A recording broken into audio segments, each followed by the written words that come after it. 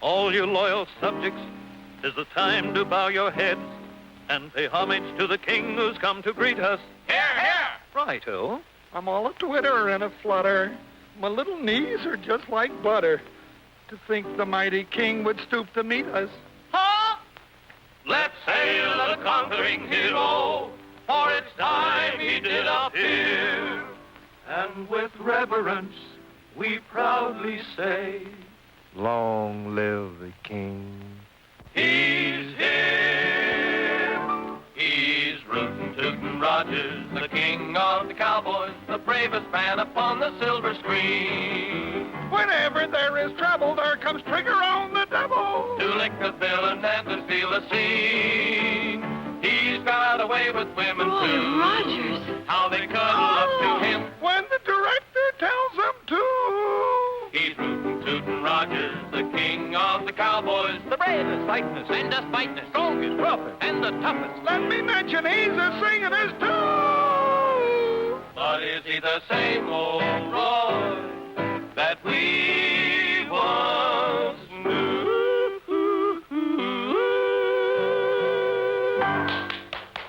Hi, fellas. Hello, Roy. People say, well, how come you're so successful? I said, I don't know. The good Lord must have done it, because you either have what the masses like or you don't.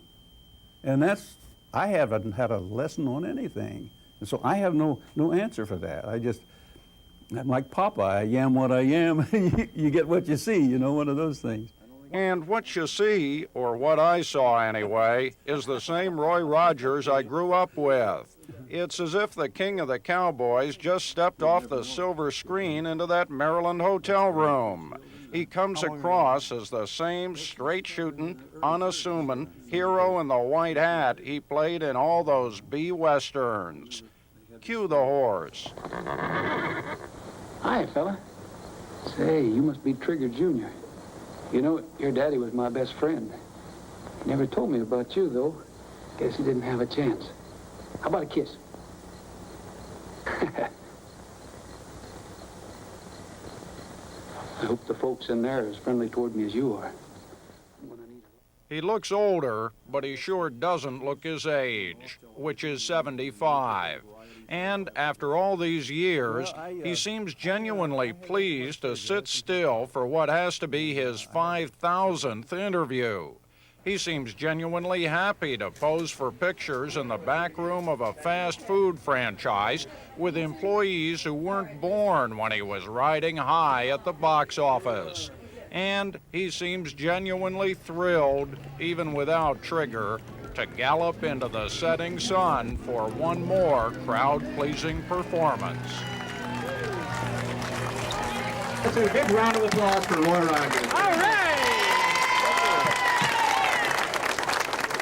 This is for you because you're terrific. You're the man of my life. This is your picture frame for your thing you just got. This is all handmade items just for you. Well, bless your little heart. I love you. Well, I love you too. Thank you. Hey, look at They there. told me I couldn't do it, but I did it. Yeah, that's good for you. How I about a love you, kiss? Roy Rogers. They came from all over the West. Well, Western Maryland anyway, as Roy made one of his rare personal appearances away from his home on the range in California. I get a kick out of it. I don't go a lot. Dale goes 3 times as much as I do, or 5 times as much as I do. She says, you're becoming a recluse. You don't want to go anyplace. I said, I've been there. So I have other things that I'm interested in. I have a little ranch out home, and I have some beautiful little colts, and I'm trying to reproduce some Trigger Juniors. And I have my home, and a lot of our family lives around that area, and we have the museum. And I can go down any day and play Roy Rogers, go through and shake hands with the people, and they come from all over the country, all over the world. We have them in there. And yet, 2 or 3 times a year, he still hits the trail with Son Dusty to promote restaurants he doesn't own, holding up his end of a 20-year-old deal with the Marriotts, and renewing friendships older than that with the kids who made him a living legend. Mr. Rogers says, I've been watching you since I was a little bitty girl. I said, well, that's wonderful, honey. Don't stop now. She said, I won't. I said, by the way, how old are you? She says, 78. That's a true story, and that was 15 years ago. I used to go down Saturday afternoon, 1 o'clock. We'd get in for 15 cents, 25 cents to see Roy Rogers that time at the old Cluny Theater in Hagerstown. I enjoyed every bit of it. Everybody's welcome at the hometown jubilee. Jubileo, mama jubileo. I feel like I was a babysitter for the moms in those days. The kids would come in and sit there all afternoon and watch 2 or 3 shots at the picture. Gonna wear a smile all the while. I never did smoke a cigarette or anything in the movie, not even take a beer. There were plenty of other guys that did that for me, like the heavies, the mean guys. It was all right what they thought of them, you know, that the cowboy hero was supposed to be the kind of a pattern for the kids to go by, where right won out over wrong, and if the guy did wrong, we whipped the dickens out of him and put him in jail or something, you know. Born and raised in Cincinnati, the former Leonard Sly saved the day in 87 low-budget horse operas. I'm all right, Roy. Go get him. But these formula films and his subsequent TV series made Roy Rogers America's #1 cowboy and one of the most merchandised names in the history of Hollywood. Of course, it didn't hurt having the smartest co-star on 4 hoofs. When they first met in 1938, Trigger was a rental horse called Golden Cloud. And they sent out, there were about 7 horses sent out to the studios one day, and I was there waiting for them, and I was to pick a horse out of there. It was going to be my horse.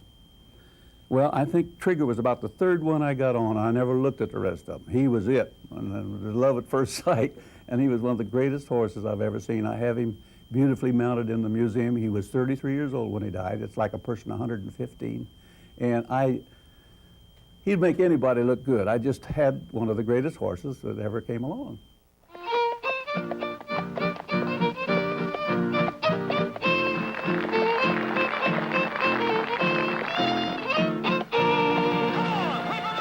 Anytime that you could recognize Treaser, you could recognize me. So I did all my own riding and running, dismounts and mounts and stuff like that. I always tell a cowboy what he's any good at when the way he gets on and off his horse when he comes barreling into the kitchen rail or something. I watch some of these new TV series coming. I'm not talking about anybody, but it makes me sick when I see them get on and off their horses, you know, and the way they ride, and they bounce off in the saddle like a lot of daylight between them and the saddle.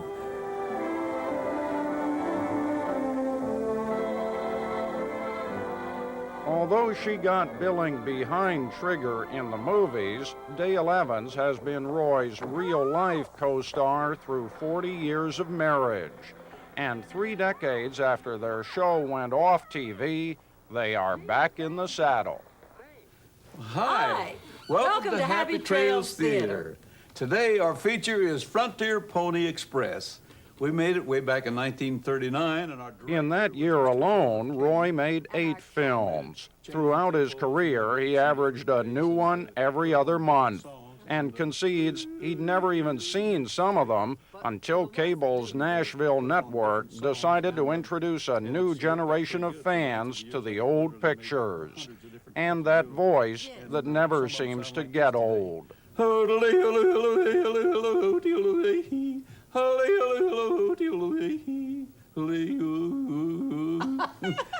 But one more question, we're going to have to get on our horse.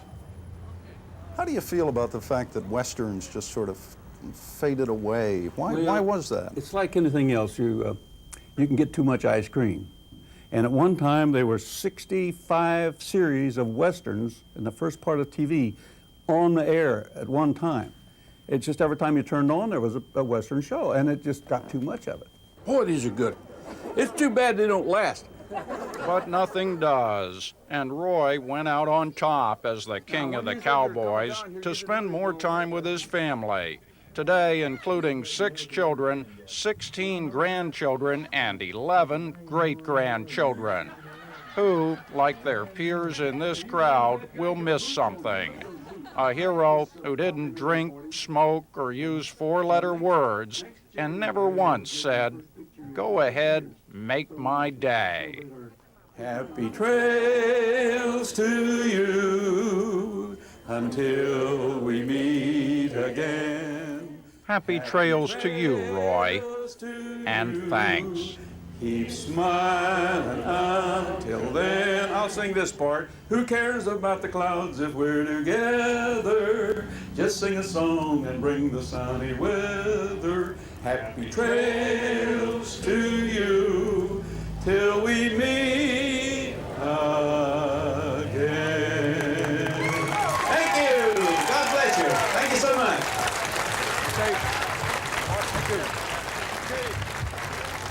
Thanks a lot, dear. Great people.